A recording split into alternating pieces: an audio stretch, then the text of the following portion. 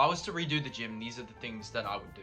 I'd increase my hypertrophy, I'd decrease powerlifting movements, and I'd increase movements that focus more on the concentric and decentric portions of the movements. Now, why was this so important for me to learn earlier in my lifting career? Not that I realized it, but completely focusing on only powerlifting movements was one of my biggest flaws. If I was just to increase my hypertrophy, if I was just to increase the technique of the movements, instead of actually increasing the weight itself, I would have seen much more progress, much faster, and much more sustainably than if I were to just increase the weight every single time. Now, yes, progressive overload is a facet of being able to increase your muscle mass, increase your strength, increase everything in terms of the gym. But when you're not exploiting every single facet of the gym, you're wasting your time. You're literally just fucking there for no fucking reason, trying to figure out why you're not making progress because you're just increasing the weight. There's so many more facets to the gym and you're just ignoring that. And when I ignored that, when I just thought that increasing the weight was the only way, or, getting stronger, getting big and fucking all this bullshit was the way, that's when I made the least progress. That's when I hit my max plateau. That's when I literally stopped fucking wanting to go to the gym because I didn't have that desire anymore, because I didn't see any progress. And not seeing any progress is so disheartening. It's actually like the biggest roadblock you can ever have in life, in anything in life. When you don't see progress, you just want to give up. You just feel like nothing's worth it, nothing's actually working. But despite that, I continued to learn. I continued to learn new information. And thus, this is what I would do if I was to redo my whole journey in the gym. The first thing I would do is incorporate an exercise that focuses mainly on mechanical tension instead of progressive overload. Now, mechanical tension can be assorted in many different ways. One being the concentric and decentric portions of a movement, one being the time under tension and the range of motion. Now, all three of these things really combine to make that mechanical stress even more. Think of your mechanical stress as a spring. Essentially, when the spring is compressed, it's fully loaded. Once it stretches out, all the energy is dispersed, which is obviously how you build your muscles. And so once you break these muscles down and you build the new muscle foundation and you get these exercises that do this, that's one of the first steps into bettering yourself in the gym. Now, the second step is to stay consistent. And what does this mean?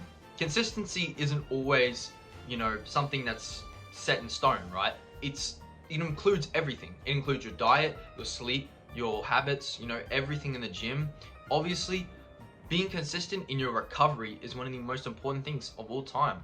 I used to believe no days off was the way. That was my philosophy. Until I started taking days off and realizing how much fucking bigger I was, the better pumps that I was getting, obviously the better blood flow, everything. Everything was just working better because my body had more energy to use in the gym. It's just as simple as that. It's not like rocket science to figure out that including more recovery days and being more consistent on including those recovery days will yield more results than not. Including more recovery days was more of a mental battle for me because I really had this thing where I wanted to go to the gym because it made me feel like I was being productive. It made me feel like I was doing something meaningful when I had all day to do something else to do that. And I was realistically just stalling my own progress in the gym. The next thing I'd suggest is training with more intensity and volume.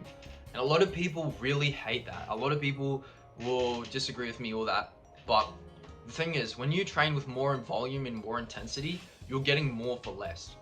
You might be feeling like you're using all your energy in the gym, but that's the fucking point. You go to the gym to use your energy, alright? And then you recover.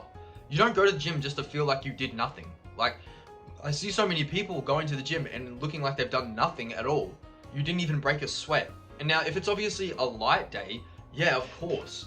But multiple days in a row, that's not an excuse to be able to do that.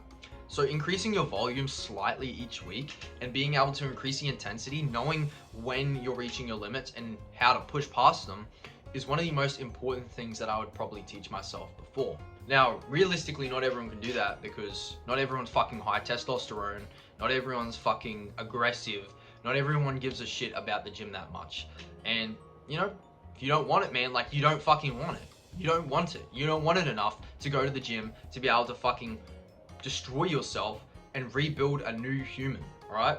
So if you don't, then it's fine. You can be stuck in a plateau. It's fine, you can be stuck in the plateau, but this is how you fucking get past it. I'm telling you, this is how I built a physique that I was proud of. I never look in the mirror and I never say, oh bro, I wish I had a better physique, because I fucking love my physique. My physique is cool as fuck, alright? I never compare myself to others, and the gym is just a gauge of my own progress in life. But yeah, that was just a video on what I would redo in the gym and exactly why I would redo it.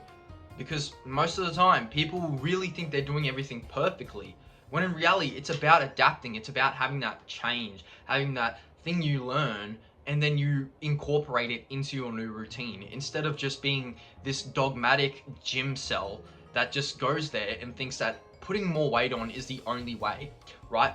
We need to have these open-mindedness to the gym. We need to have this, clarity where thinking about the range of motion, thinking about the time of the attention, thinking about the technique of what we're doing, because we're going to avoid injuries, we're going to maximize muscle growth, and we're going to decrease the amount of strain overall on our bodies. So yeah, that was just the video. I hope you guys liked it. And yeah, make sure to leave a like, subscribe, and as always, peace.